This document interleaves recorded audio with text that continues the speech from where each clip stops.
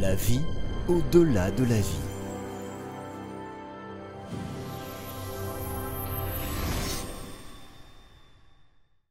Yann, accompagné de ses copines, se reposait près d'un magnifique lac où de magnifiques fleurs de lotus flottaient à la surface. Soudain, Kadjour s'approcha de lui avec une expression sombre. « J'ai une triste nouvelle à t'annoncer. Le dernier jugement t'attend. » Yann a eu momentanément peur en imaginant des chaudrons de goudron et des poêles chaudes que les démons lui feraient lécher. Mais juste après, il s'est rendu compte que Kadjour plaisantait, mais que le jugement l'attendait vraiment. Oui, tôt ou tard, tout le monde traverse ce majestueux mystère. Seuls les pécheurs les plus affreux vont immédiatement être jugés, et c'est directement infernal pour eux. Et presque immédiatement après le jugement, ils se réincarnent ou vivent dans les royaumes inférieurs du plan subtil, proche de la terre. Ce jugement n'est pas une punition, mais une voie de renaissance spirituelle, car Dieu ne veut punir personne. Il avertit l'homme, lui fait découvrir la vérité et lui enseigne la bonne vision de la vie. Et plus vite l'homme va tout comprendre, plus tôt il va cesser de souffrir et vivra dans la grâce de Dieu. Les anges ont volé jusqu'à Yann et l'ont porté dans un majestueux temple blanc rempli de lumière et présence divine. Une fois entré, Yann s'est divisé en son corps habituel et en partie spirituelle la plus subtile de son âme, qui semblait dormir en lui jusqu'à ce moment et apparaissait trop rarement. Maintenant, il se voyait de l'extérieur de cette partie sublime de son âme. Toute sa vie a commencé à défiler devant ses yeux, mais il la voyait d'une manière extraordinaire. Il ressentait simultanément ce que tous les participants ressentaient durant tout événement. Leurs pensées, leurs sentiments, leur expérience, leurs sensations corporelles et leur point de vue sur la situation. Il a vu à quel point ses parents éprouvaient de la peur et s'inquiétaient pour lui. Comment, dans leur inquiétude ignorante, ils essayaient de faire ce qu'ils croyaient être le meilleur pour leur enfant. Il ressentait une profonde sympathie pour eux et une honte pour ses comportements grossiers envers eux et pour sa négligence envers leur amour et leurs soins. D'une part, il a vu comment il défendait sa liberté, à travers sa grossièreté et son rejet d'eux, ce qu'il considérait comme étant juste pour lui-même et son individualité. Mais d'un autre côté, il ressentait de la compassion pour eux et comprenait qu'avec chacune de leurs actions, il lui souhaitait du bien, même lorsque ce bien était désagréable et empiétait sur son indépendance.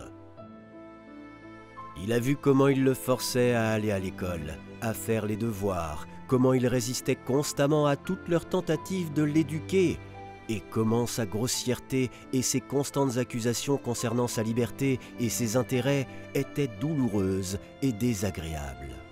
Il ressentait leurs douleurs et leurs inquiétudes par rapport à son destin, leur souffrance à cause de ses bêtises et du fait que les professeurs les réprimandaient pour ces bêtises lors de la réunion des parents.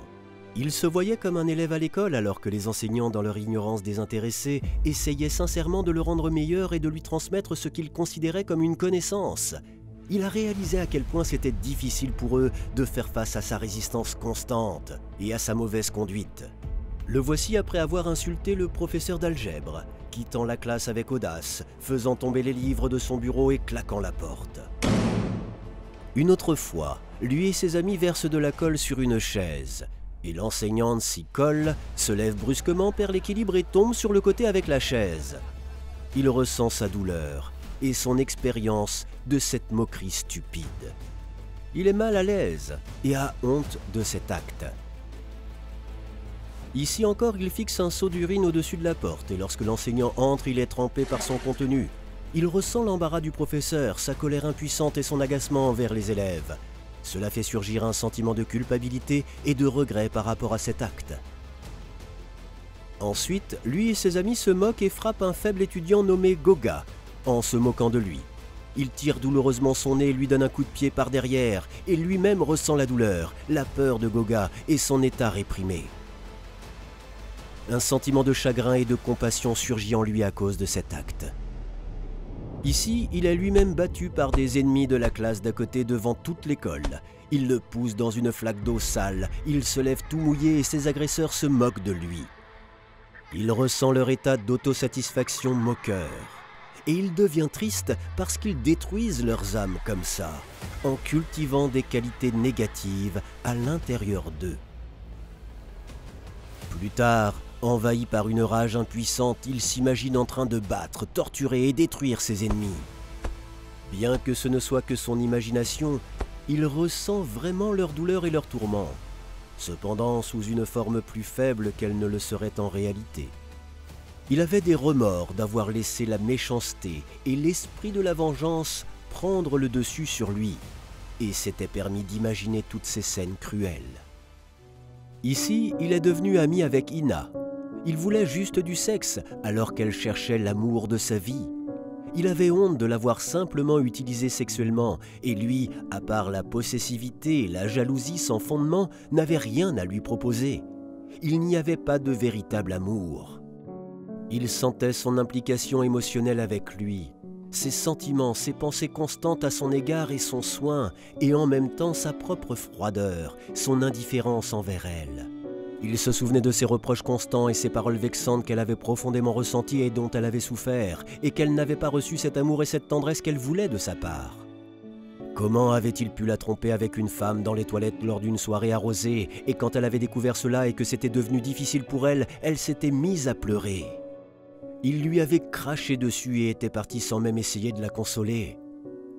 Il a vécu toutes ses pensées, toutes ses souffrances, a vu le monde à travers ses yeux et a été horrifié de ne pas connaître et de ne pas comprendre la personne qui était à côté de lui. À l'époque, il ne pouvait pas comprendre comment elle tolérait ses bêtises, son indifférence et sa grossièreté. Et maintenant, il sentait son attachement envers lui, qu'il était pour elle la personne la plus proche et la plus aimée.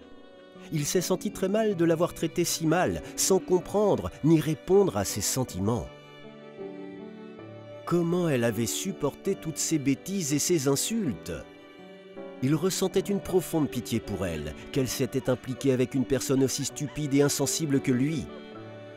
Il ne pouvait même pas comprendre comment elle pouvait l'aimer et comment elle pouvait tolérer tout ce qu'il lui faisait. Il avait vu qu'elle avait un fort besoin d'aimer quelqu'un, d'être avec un homme et d'avoir un partenaire. C'était la première fois qu'il se voyait et voyait le monde à travers les yeux d'une femme, et ça l'étonnait de voir à quel point sa perception était différente de la sienne. Pour lui, elle n'était qu'une des nombreuses personnes avec qui il ne faisait que satisfaire son désir. Et il n'était avec elle que parce qu'elle s'imposait à lui et parce que cela lui convenait. Il cherchait à être comme tout le monde, dit-on. Tout le monde a des filles, et lui aussi. Mais pour elle, il était la personne la plus proche et la plus chère à laquelle elle pensait constamment, et même aux choses dont il n'avait jamais prêté attention. À quoi il ressemblait, ce qu'il disait, comment il respirait, comment son cœur battait quand ils dormaient l'un à côté de l'autre. Il ne voyait en elle qu'une jolie fille qui acceptait toujours de coucher avec lui et qui courait après lui comme une chienne.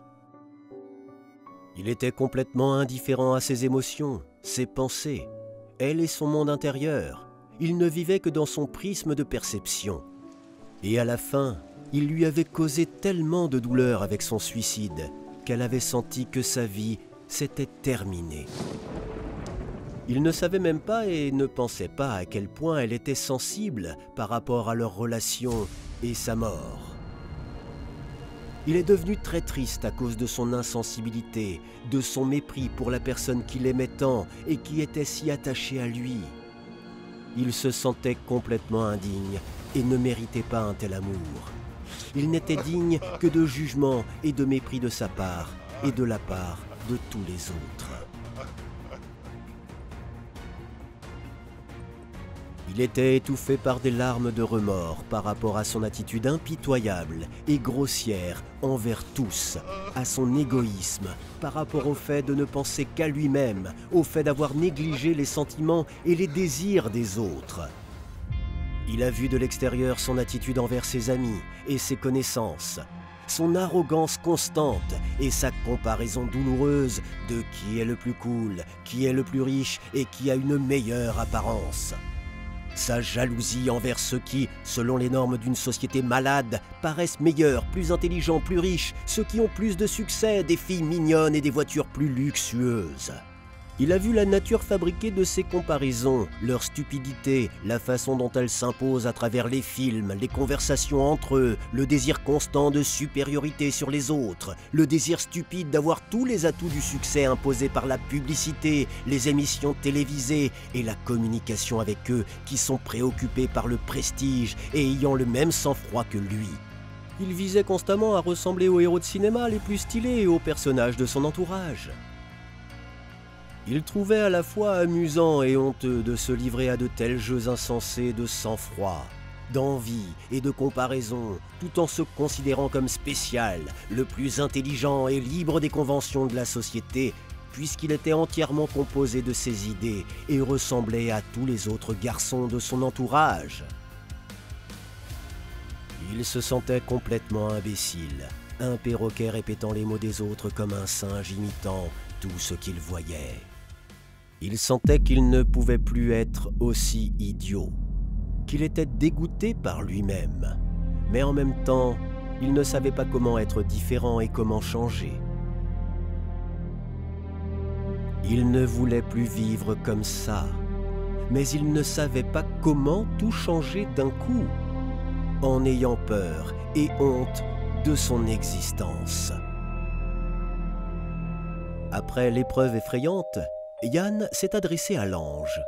« J'ai vu que le péché n'est pas seulement un acte humain, mais un processus négatif destructeur qui existe dans notre psychisme et notre âme, qui conduit à de mauvaises actions, mais se manifeste beaucoup plus souvent par de mauvaises pensées et des émotions douloureuses.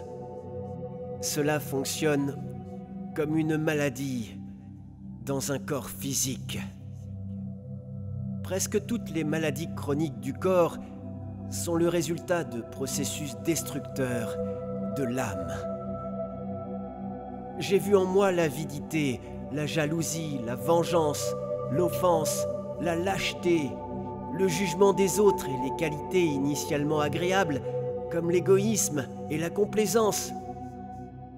Mais ensuite elles se sont transformées en souffrance dans l'âme.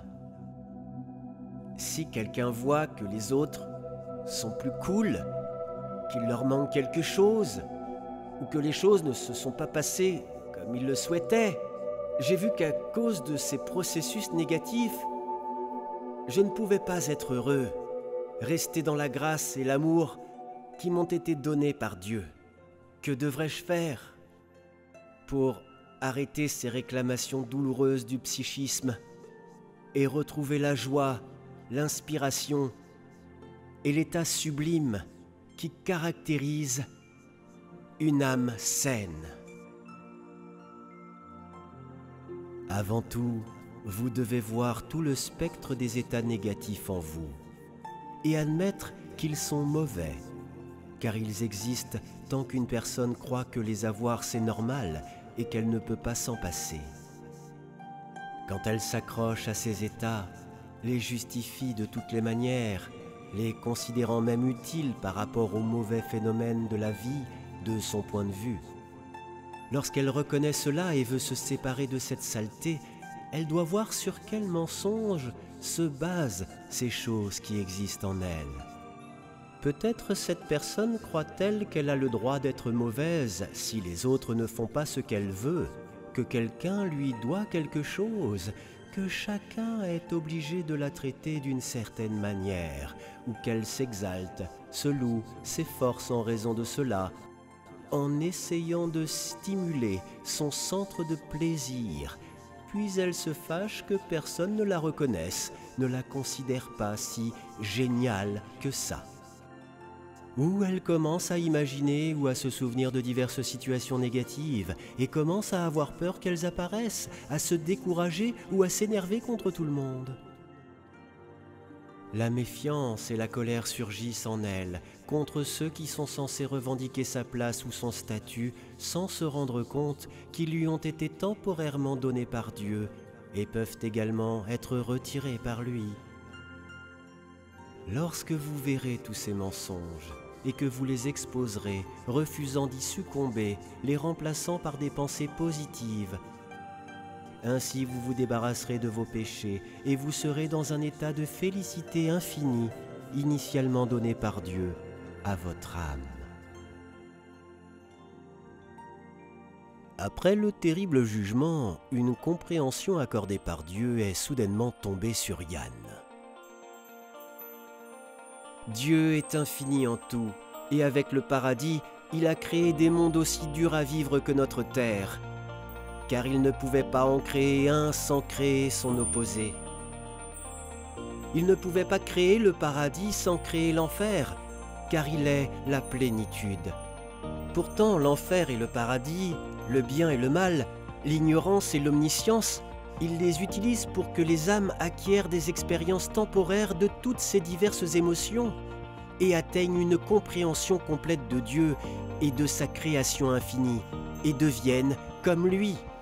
Ce n'est ni punition ni récompense, mais une connaissance illimitée, car Dieu ne transmet pas la connaissance à travers les livres, mais à travers les expériences de la vie. Cependant, ayant eu une expérience avec le mal, l'ignorance et la souffrance, nous n'y reviendrons jamais, car il n'y a aucun sens à répéter sans fin la même chose. C'est comme une randonnée dans les montagnes, où nous voyons des paysages incroyables. Mais en même temps, ce voyage n'est pas sans difficultés. Pourtant, ces difficultés sont temporaires. Et après les avoir surmontées, nous ne reviendrons jamais aux épreuves et leçons douloureuses.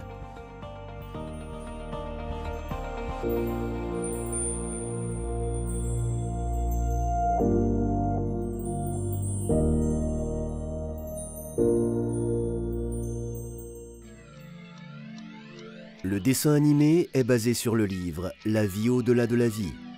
Lisez « La vie au-delà de la vie » sur le site amazon1.org/books. Recevez d'autres pratiques intéressantes, des connaissances spirituelles et des cadeaux sur les sites web de nos partenaires. Vous trouverez les détails dans la description.